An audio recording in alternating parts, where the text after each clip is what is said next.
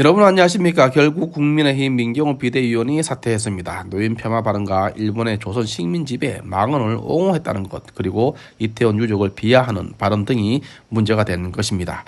사실 민경호 전 비대위원의 노인 폄하 발언은 세대 교체를 말하는 것이었습니다. 젊은 청춘들의 사회 진입을 막고 있는 386 운동권, 기득권 세력이 타파되어야 한다는 것이 민경호 전 비대위원의 발언의 큰 줄기였고, 물리적 시간이 흘러 세대 교체가 된 후에나 가능할 만큼 386 운동권 세력은 우상화되어 있다는 취지의 발언이었습니다.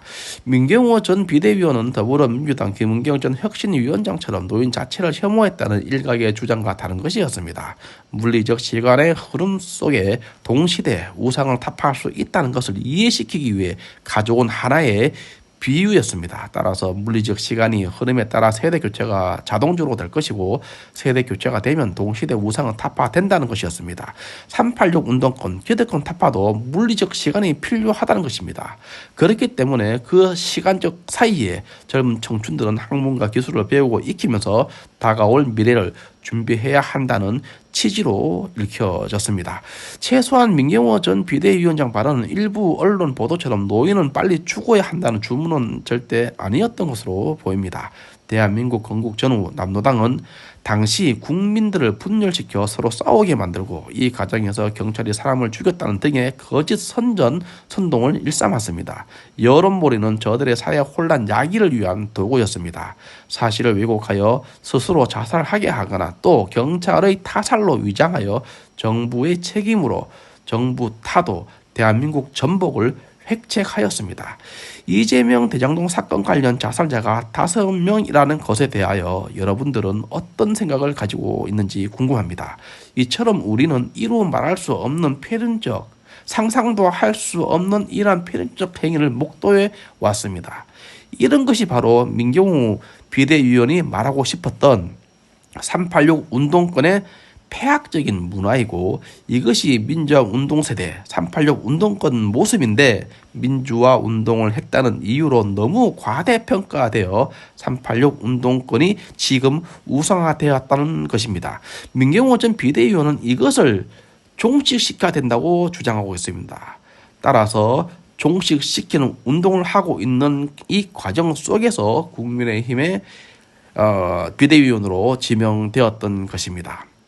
또 언론에선 민경호 전 비대위원이 조선 식민지배 옹호 발언을 했다고 하는데, 이것도 제가 조금 살펴봤습니다만 조금 사실과 좀 다릅니다. 본 취지가 좀 다릅니다.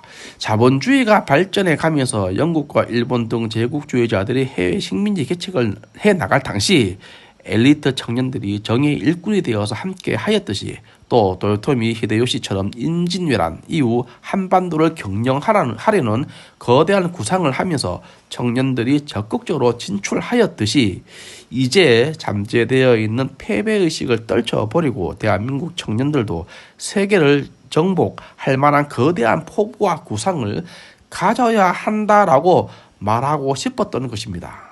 다시 설명하자면 영국과 일본 도요토미 히데요시를 거론한 것은 대한민국 청년들의 거대한 포부와 구상을 가져야 하는 당위성을 설명하기 위한, 대한민국 청년들에게 도움이 되는 영국, 일본 도요토미 히데요시 사례를 가져온 것이었던 것입니다.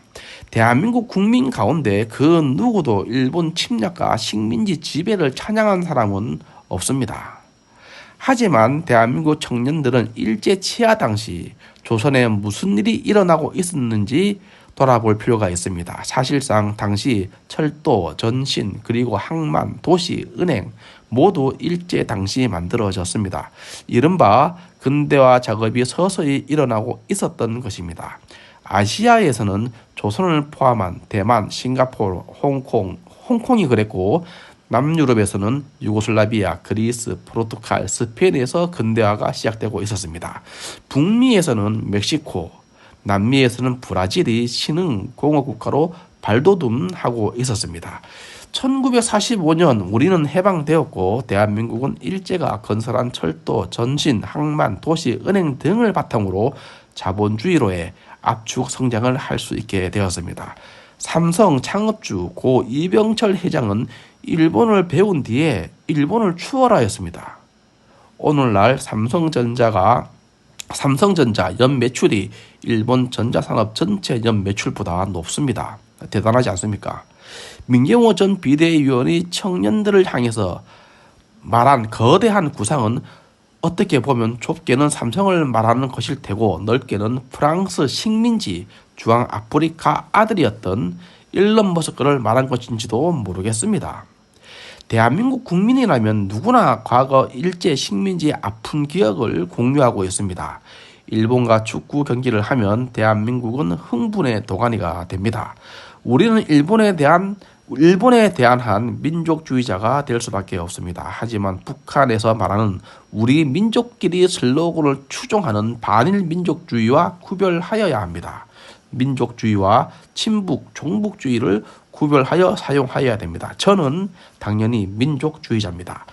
지난 2월 5일 대한연대 유튜브에서 무슨 일이 있었나 봅니다. 민경우 비대위원이 다양성 존중에 대해 이야기를 하면서 이태원 참사 유가족들이 막무가내로 개긴다고 하였고 이것도 다양성이라고 인정해야 되냐고 했다는 것입니다.